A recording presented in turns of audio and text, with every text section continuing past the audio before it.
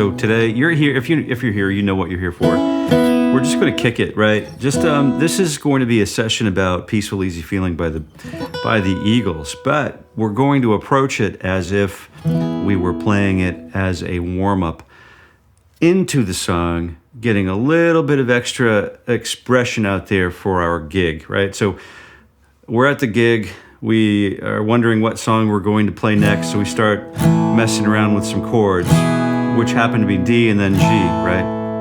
I'm on Capo 2 because I really like them. We could play it in open position, but I really like the way the chords work on Capo 2 because we have that nice walk up from E minor. We're going to have an E minor in there too. We have and then a G, and then an A sus4, and then I play A sus4 like open A, triple stop the D, G, and B strings, sus4 with the third finger, and then remove it. So with the third finger, if you roll that first finger up, you don't choke off that high E string.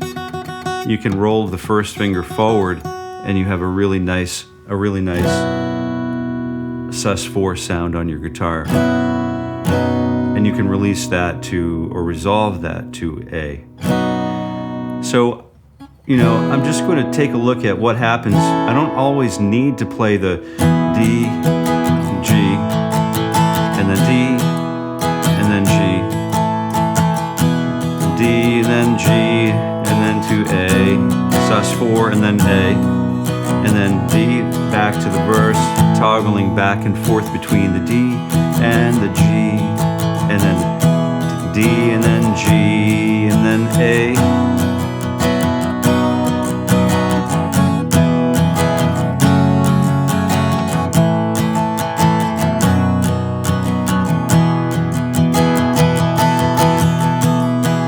That little walk up during that chorus sequence, we move back to the one chord, which is D, and then E, and then A sus4, and then to A. But we could just explore alternate finger patterns here. So this is the fun part about classic songs like this. We can use these songs as vehicles to explore those changes. We have a D chord, and then we have a G chord with a D in the bass. We don't really need to play the G5 all the time, right? It's, basically open D, finger 2 on fret 4 on the G string, and then finger 1 on the top 2 strings, kind of double stopping the 3rd fret. This is really important stuff because now we can access the A chord with a D in the bass. It might not sound great on its own, but if you were to do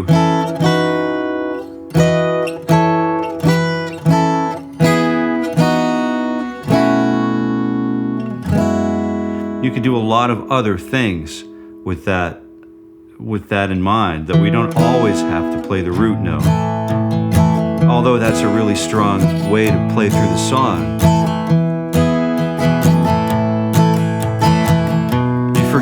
Don't forget that people the chorus part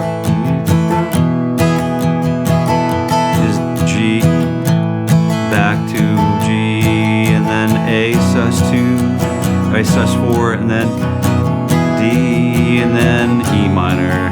He's ready.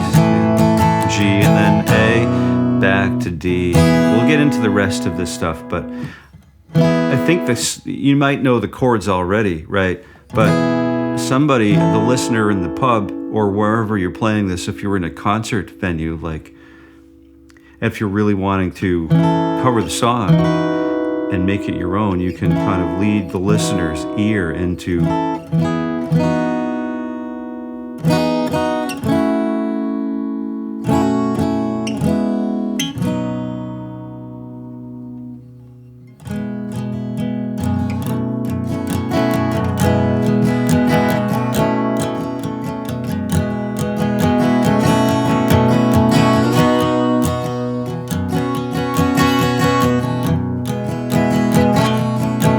also pedal the A string.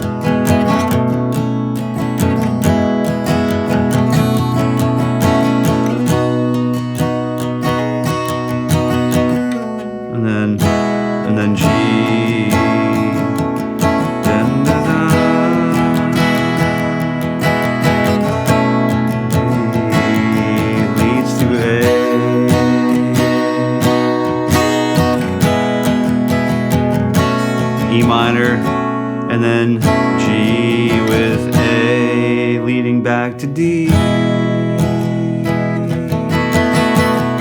Instead of doing the sus4 up here, you could do the sus4 here.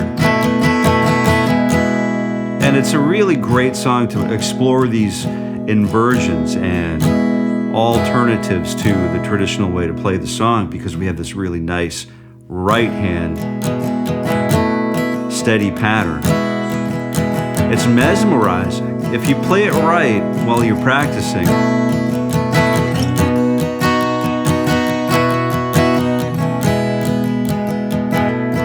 you're not thinking about going to the store buying bread. You're right in the moment here, and that's where we want to be during our practice sessions.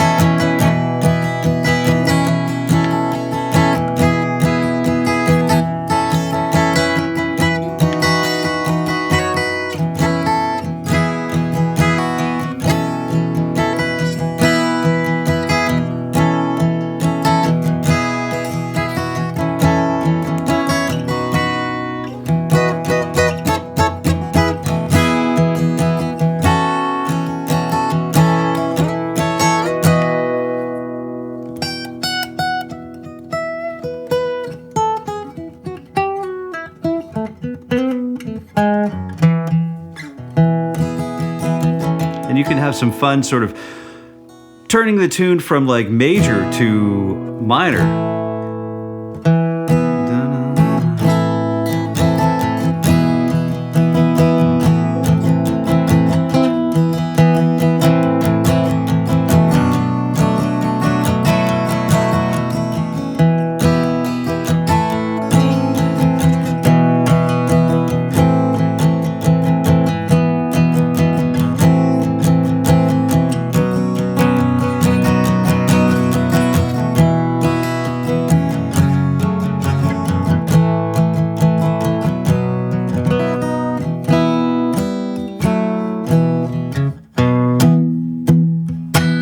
So I'm going to, if you're still here, I really appreciate you still being here. Let's take another look. Let's go another layer deeper and use those triads to start working some additional melodic ideas out. So we could be in the middle of the song, singing along.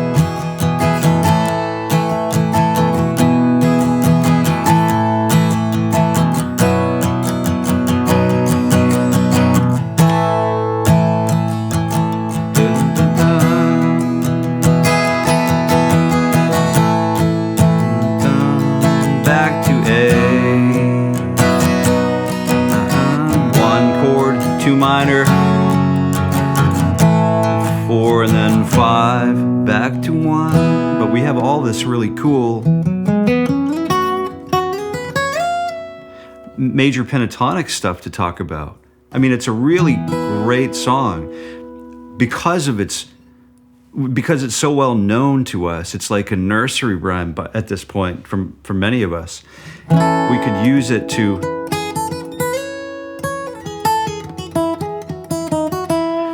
use it as a vehicle for improvisation, right? So we have that D chord going, and we have that open D, 2, 4 on the D string. Here's the D major pentatonic scale. I got sunshine. Right, so open D, so what is it? 1, 2, 3 scale degrees, 5, 6, and then 1, right? So it's a nice happy sounding major pentatonic scale, and you could use that throughout the whole song. And you're not only limited to playing that in the open position.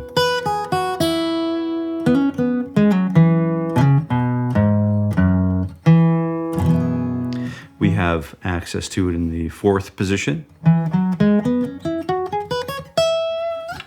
Right, so we've got 2, 4. Just follow me for a second. Position number 4, we're going to haul our buttons up to 2, 4, 1, 4, 1, 4, and that's the octave of where we started. And then 2 or 4, 2, finger 2 on the B string, 2, 4, and then 2, 4 again. And then if we wanted to grab that D note, we could be up here on, or we'll call it a D note. It's really an E note, right? Because we're on Capo 2.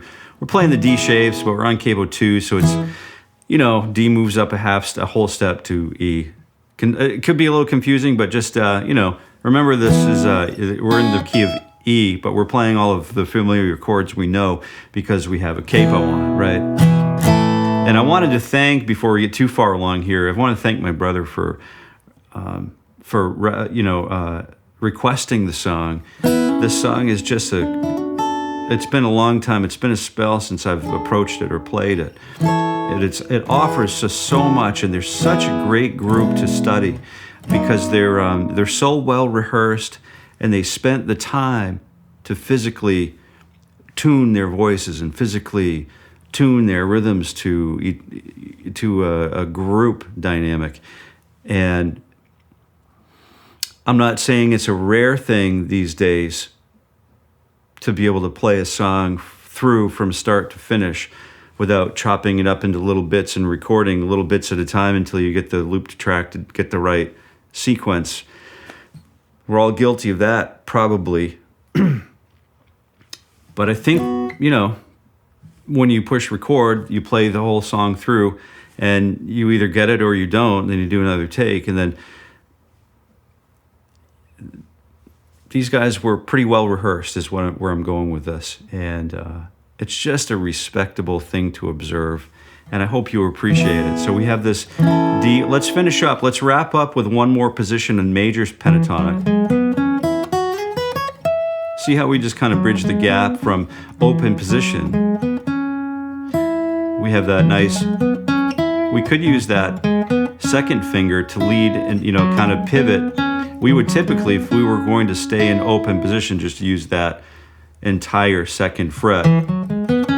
So we would use finger 2 here. But if we're going to transition up to position 3, so we can slide up to access all of the way up to the second octave, we want to do this little transition here with the second finger. And then slide with the third finger up to fret. It'll look like 3, 5, 7, right? Because we're on the capo. We'll call capo 0 fret 5, 7, and then you can slide right up to fret number whatever that is. 10, I guess. I mean, it looks like 12, but we're removing 2 frets because, long story short, we could talk about capo. If you have other questions about capo, let me know, and we'll talk about it at length in another session. But ask me targeted questions, and if you like the song that we're doing today, definitely let me know and give me some feedback, because that helps me, helps me craft a path forward for us. And so we're going to just put that together. Let's put that together. We're going to imagine that I'm just playing the verse of the song in the background, and we're not doing anything kind of spectacular, but we're just going to let that verse go. And I'm going to just give you some ideas about what you can do with the soloing.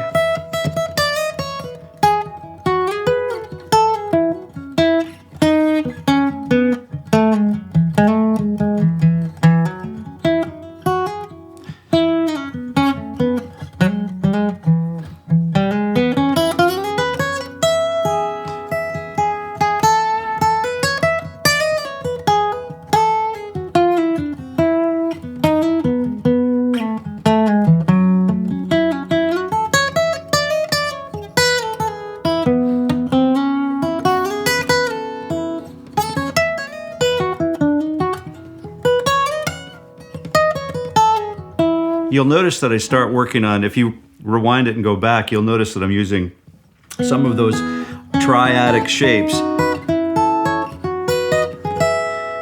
to make it through that major pentatonic sequence, and then suture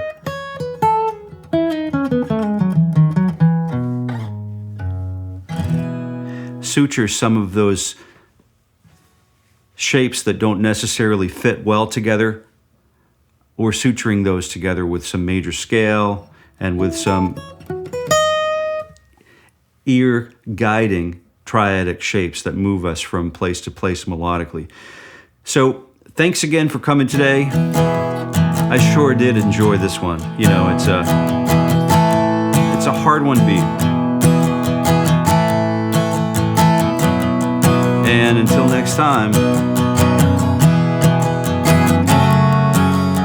I hope you enjoy your guitar trip and have some happy picking experiences on your own. We'll see you again this coming week.